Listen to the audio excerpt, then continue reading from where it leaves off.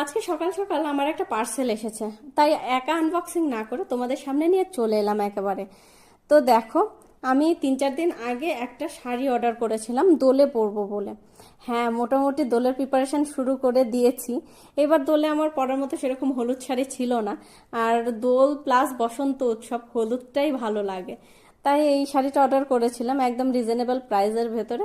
বেশ ভালো শাড়িটা। তো এর সাথে ব্লাউজ পিসও দিয়েছে। ব্লাউজ পিসের পেছনের ডিজাইনটা আমার খুব ভালো লেগেছে। তবে ব্লাউজ পিসটা ভীষণই পাতলা আর সুতোও বেরোচ্ছে অনেক। তবে এটা আমি এখন বানাবো না, দোলটা পেরিয়ে যাক তারপরে বানাবো। এখন অন্য কোনো ব্লাউজ দিয়ে শাড়িটা পরে নেব। তবে শাড়িটা আমার বেশ ভালো লেগেছে, কাপড়টাও ভালো। আর ওই দোল খেলে এসে তো সেই কেচে দিতেই হয়, শাড়ি কাপড় নষ্ট হয়ে যায়, এই জন্য একদম সিম্পলের ভেতরে নিয়েছি। তো তোমাদের কেমন লাগলো আমাকে কিন্তু একটু কমেন্ট করে জানিও। হ্যাঁ, তো চলো সবাই ভালো করে দোল